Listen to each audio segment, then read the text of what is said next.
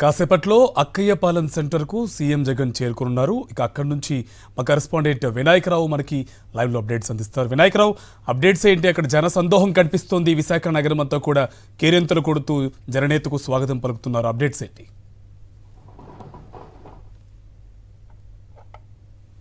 పండుగ వాతావరణం కనిపిస్తుంది. ఈరోజు ముఖ్యమంత్రి వైఎస్ జగన్మోహన్ రెడ్డి 20 రోజు బస్సు యాత్ర విశాఖ నగరంలో కొనసాగుతుంది. ఇప్పటికే ఆయన కంచరపాలెం మెట్టు దాటి మరి కాసేపట్లో నేను అక్కపాలెం మహారాణి పాలన రాబోతున్న నేపథ్యంలో పెద్ద సంఖ్యలో మహారాణి పాలన వద్ద జనసందోహం కనిపిస్తుంది. రోడ్లపైకి జనం కూడా రావడం జరిగింది. ఇక్కడ మనం చూస్తే వివిధ రకాల పుస్తకాలు కావచ్చు, మనం ఏదైనా ముఖ్యమంత్రి స్వాగత సత్కారాలు చేయడం కోసం భారీ సంఖ్యలో అందరూ కూడా రావడం జరిగింది. చాలా మంది అంటే పిల్ల పాపతోటి రోడ్లపైకి రావడం జరిగింది. కొంతమందితో మాట్లాడించే ప్రయత్నం చేద్దాం. ఎందుకు ముఖ్యమంత్రిని చూసేందుకు ఇంత ఆసక్తి చూపిస్తున్నారు, ఎందుకు వారి పరిపాలన గురించి ఏం మాట్లాడతారో వారితో మాట్లాడించే ప్రయత్నం చేద్దాం. మేడం, ఎందుకు మీకు ఇంత అభిమానం అంటే ఏం చెప్తారు?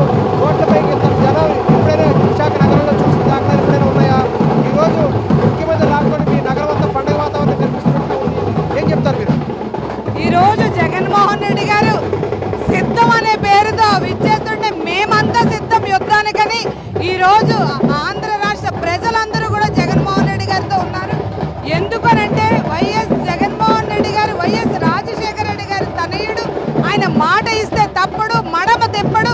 ఆయన చెప్పాడంటే చేస్తాడంతే అని చెప్పి ఈరోజు జనం అందరూ కూడా మేమందరం మీతో ఉన్నామని చెప్పి ఎంతమంది కక్ష కట్టి ఒక్కటిగా అందరూ కూడుకొని ఆయన దించాలని చూస్తున్నా సరే రాష్ట్ర ప్రజలు రాష్ట్ర ప్రజలు ఉన్నటువంటి అండదండలు వారి మీద ఉన్నటువంటి ఆయన మీద ఉన్నటువంటి వారి ఆదరాభిమానాలే రేపు 13వ తారీఖున జరగబోయే ఎలక్షన్లో ఈ ఎవరైతే కూటమిగా కూడుకున్నారో ఆ పార్టీలన్నీ కూడా బంగాళాఖాతంలో కొట్టుకుని పోతాయని సందర్భంగా తెలియజేస్తున్నాం. ఈ రోజు ఆంధ్ర రాష్ట్ర ముఖ్యమంత్రి వైఎస్ జగన్మోహన్ రెడ్డి గారు అందించినటువంటి సువర్ణ పరిపాలన ఆ బడుగు బలహీన వర్గాల కోసం, మహిళల కోసం, పేదల కోసం, పిల్లల కోసం, ఆరోగ్యం కానీ విద్య కానీ అన్ని విషయాల్లో చాలా చక్కగా చేశారు ఆయన. దాన్ని బట్టే ప్రజలందరూ అండదండలు దేవుని ఆశీస్సులు ఆయనతో ఉన్నాయి కనుక దేవుడు ఆయనకు తోడుగా ఉన్నాడు కనుక ఘన విజయం రాబోతుంది. ఖచ్చితంగా కూడా ఈ నార్త్ నియోజకవర్గంలో ప్రజలందరూ ఈరోజు స్వచ్ఛందంగా జగన్మోహన్ రెడ్డి గారిని చూద్దామని ఆయనకు మద్దతు పలుకుదామని చెప్పి స్వచ్ఛందంగా రావడం జరిగింది. కనుక రాబోయే రోజుల్లో ఉత్తర నియోజకవర్గం అత్యంత మెజారిటీతో మేము విజయం సాధించి అంతేకాకుండా కేకే రాజు గారు ఎమ్మెల్యేగా అలాగే వైఎస్ జగన్మోహన్ రెడ్డి గారు ముఖ్యమంత్రిగా ప్రమాణ స్వీకారం చేయబోతున్నారు. జై జగన్, జై వైఎస్ఆర్ కాంగ్రెస్ పార్టీ. మహిళలంతా కూడా పెద్ద సంఖ్యలో విశాఖ నగరంలో ముఖ్యమంత్రి వైఎస్ జగన్మోహన్ రెడ్డిని స్వాగతం పలికేందుకు రావడం జరిగింది. చాలా మంది కనిపిస్తారు మహిళలు. ఎందుకు ఎంత అభిమానం మహిళలకి ముఖ్యమంత్రి వైఎస్ జగన్మోహన్ రెడ్డి? అతను చేసిన పథకాలే అతను ఇంతవరకు రప్పించాయి జనాల్ని. అతను మామూలు పథకాలు చేయలేదు. చిన్న పిల్లల కాడి నుంచి ముసలి వాళ్ళ వరకు ఈరోజు ఎన్నెన్నో పథకాలు చేశారు.